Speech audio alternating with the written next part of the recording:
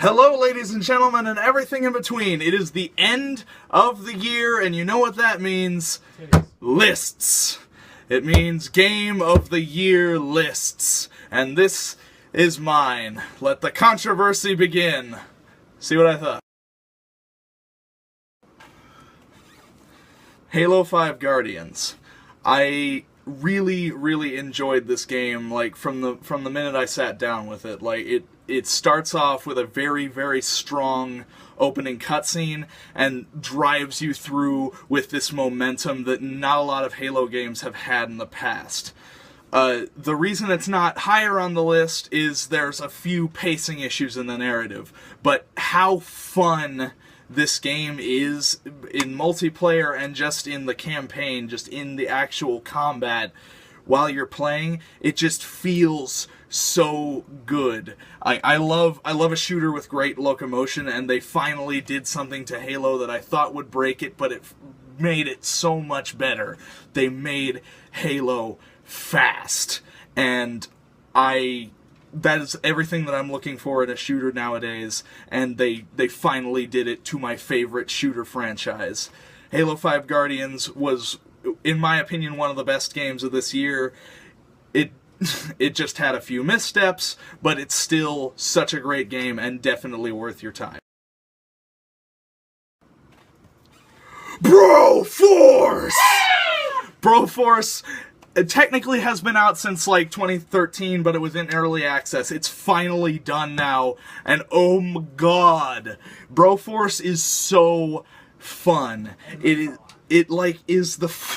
It's one of the best games to play just in a party. If you're at a friend's house, bring your laptop with Broforce. It's only $15. It's very simple, but it's so fun. It just has this perfect blend of platforming and challenging side-scrolling shooting that will keep you just energized the whole time you're playing it. It's set in like an 80s action movie, and you play as 80s action heroes with the word bro just thrown into their name. There's, for John McClane, they have Brohard, they have the Brodator for Predator, they have Rambro.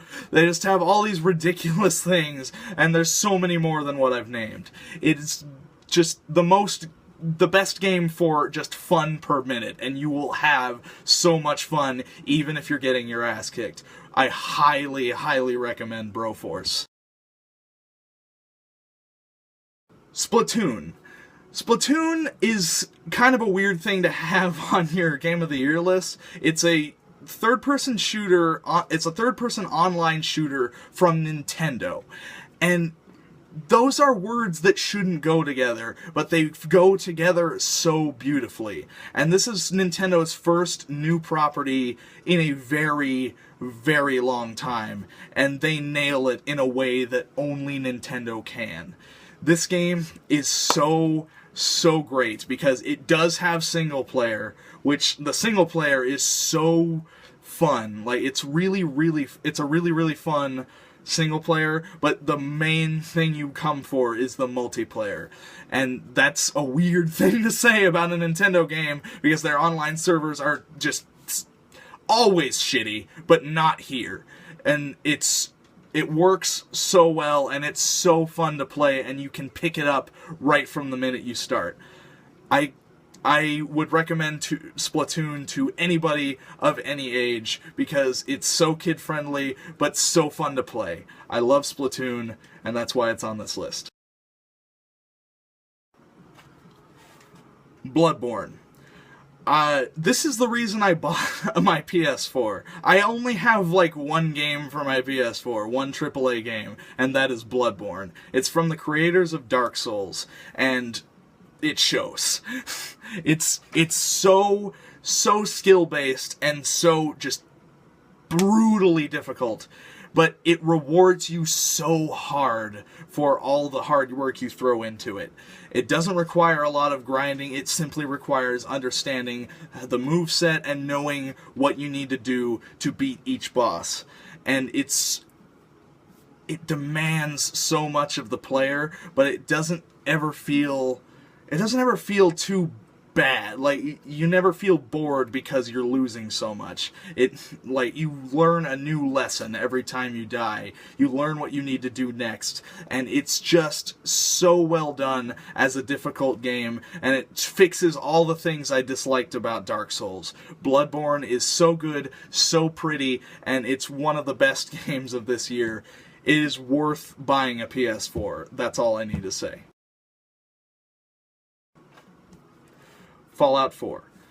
This game was initially going to be higher on this list, but unfortunately, due to some sputtering issues with the narrative towards the end, it kind of got kicked a little bit lower down. But Fallout 4 is a really, really special game. The world that it takes place in feels so alive and yet so dead. And it's incredibly well created. Just the world, the lore behind the world is so well done that it's hard to hate it. There's no way I would hate this game. I love this game to death. The main quest just sputters towards the end, but the side quests are amazing. The world it takes place in is so gorgeous, and I recommend this to anybody who loves an open world game. It's one of the best open world games ever made. It's just not the best Bethesda game ever made. And that's why it's at the spot that it's at, but it needed to be on this list because Fallout 4 is just very, very special, and it turned this person who very much disliked Fallout 3 into somebody who actually liked Fallout. And that is the best accomplishment that anything could ever do. Rocket League! Rocket League came out of nowhere for me. I don't have PS Plus. My brother got PS Plus because of this game. And we started playing it just a few weeks back, and it's just so fun to pick up and play. It requires a lot of skill to master, but it requires almost no training to start. You can get in and just have fun with it from the get-go and learn how to play as you play. And it hits you so hard with all the physics, and it's so pretty and it's so fun to play, and it feels like for somebody who isn't athletic enough to play sports, it feels like a sport. Like, you get that oomph that you get from competition, and it just feels so great playing Rocket League, especially with a friend. Rocket League is one of the best games of the year, which feels so weird to say because it's one of the smallest games of the year also. I would recommend this to anybody. It's really, really fun, and it's like you don't need anything. You don't need anything coming in. You don't need to know how to play games. You just need to know what to do. You need to know how soccer works, and you need to understand that monster trucks are fun.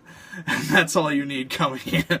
Rocket League is so fun, and it's one of the best games of the year, and that's why it's on this list. Rise of the Tomb Raider. I started playing this game pretty recently, and from the get-go, it's a little bit slow, but it kind of needs to be. Like, it's setting up a new story from what we had from the last game. The last game you had like a new direction that they took the Tomb Raider games in. Like, it was an intense M-rated Tomb Raider game, which felt weird to start with, but they took it in a funny direction. Like, they made it more about the gritty survival part of what being the Tomb Raider would actually require. And it's interesting, the effect that it has on the player from the previous Tomb Raider games, because the previous Tomb Raider games, like, Lara Croft kind of felt like an action hero, but here she kind of feels like a human being, and that's a weird thing to do. But they did it so well in the first game, but this game, Rise of the Tomb Raider, kind of advances in every way upon what the first new Tomb Raider game was trying to do. They so perfectly improve upon every single aspect of the game, and give you all these things to collect. And in the previous game you had waypoints to fast travel back to, but you never really had a reason to. Now you have so many, like, you need resources to get upgrades, so you can get the gear that you need to get into the extra tombs. If you want to get into the extra tombs to get that XP, you need to collect stuff in the environment. And there's nothing I love more than being given shit to collect and have that be fun. Like seeing things off in the distance that look like something that I could grab. I'm like, oh my god, I gotta go grab that stuff. And it adds a scavenger hunt to an already interesting and tense experience. And I just love Rise of the Tomb Raider to death. And I didn't expect it to be this high on this list, but it belongs here. It belongs here in a way that I never could have expected. Rise of the Tomb Raider is great, and that's why it's here. Hotline Miami 2, wrong number. My lord. This game is just so perfectly crafted. It's amazing. It's brutal to no end, and it has writing that takes you on this journey that you're not sure if makes any sense, and you need to think real hard about, like, what every word in the story really means. It doesn't explain itself very well because it wants to leave itself open to interpretation. And the game, which would be great in and of itself, and they wouldn't need the game to be so arcadey and fun, but the game is so arcadey and fun and unforgivingly difficult. It's so fun to play, and it drags you through kicking and screaming on this journey that you're not sure if you want to know.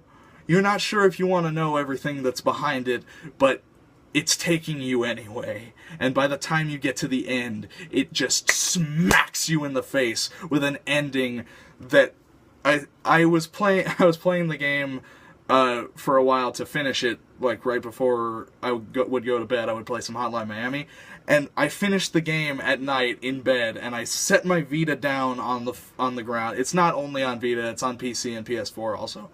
I set my Vita down on my bed and just stared at it, blank-faced, for, like, almost the entire credits. It hits you so hard there at the end, and the soundtrack is one of the best soundtracks I've ever heard in a video game, ever. It is absolutely phenomenal. If you don't have anything, if it doesn't seem like your cup of tea, like it's very violent and it's really intense. If the game doesn't seem like your thing, at least go on YouTube and look up Hotline Miami 2 soundtrack, because it is so worth the listen. It's amazing. I love Hotline Miami 2. That's why it's number 3. The Witcher 3. The Witcher 3 might be one of my favorite RPGs ever created, because it puts you in a beautiful, beautiful world that is so delightfully hostile.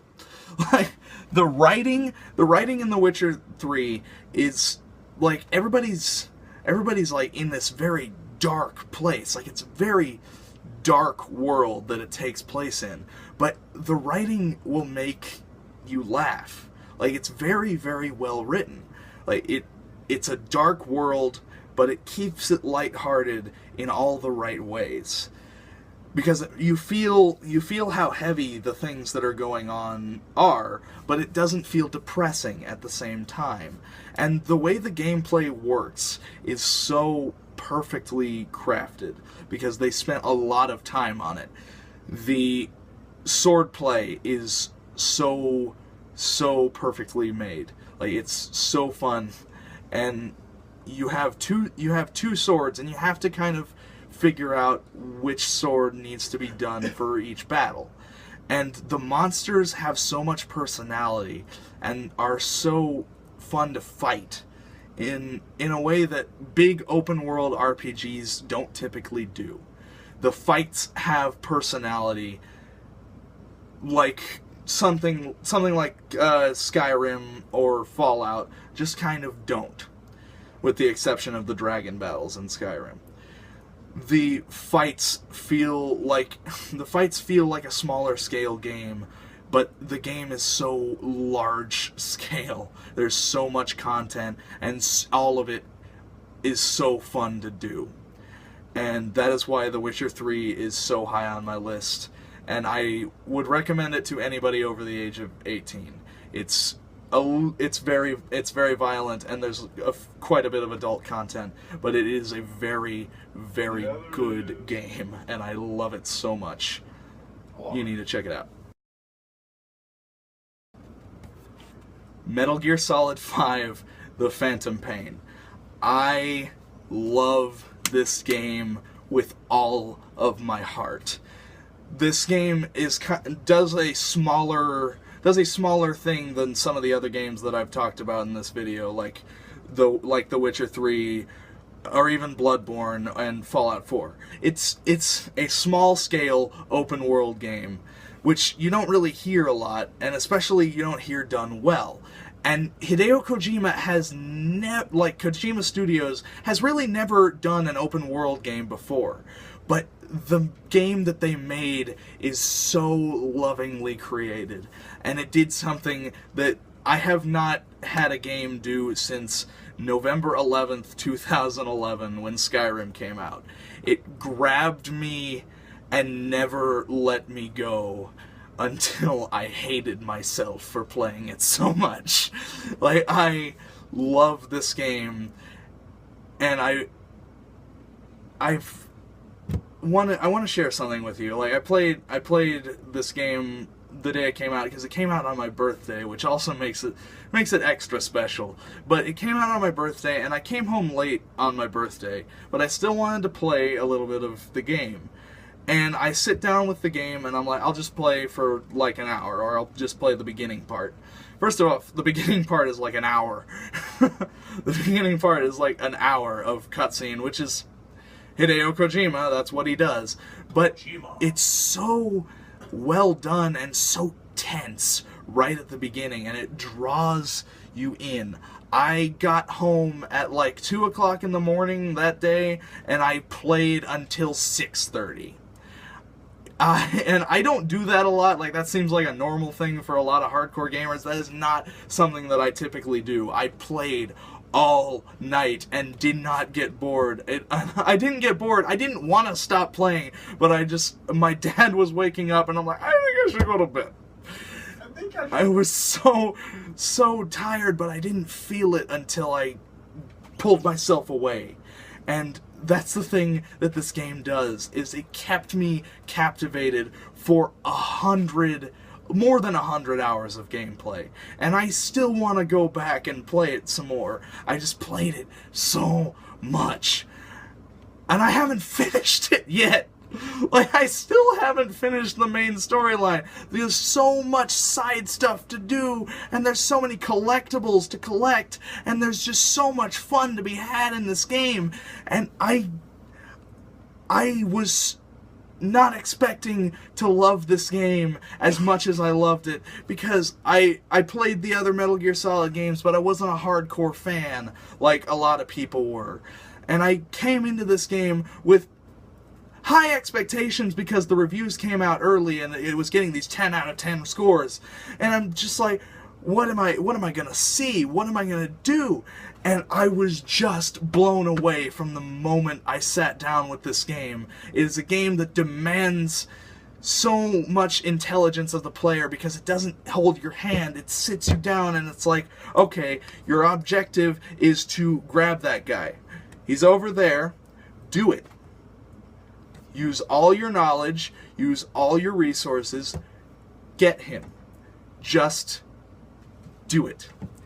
Just do it. And it doesn't tell you anything to do, it just lets you go. And you figure out your own path. And that is so cool. And that is why Metal Gear Solid 5 is my game of the year. I love this game so much, and I recommend it to everyone, and everyone's annoyed by me recommending it, but I love it. So there. Metal Gear Solid 5, The Phantom Pain.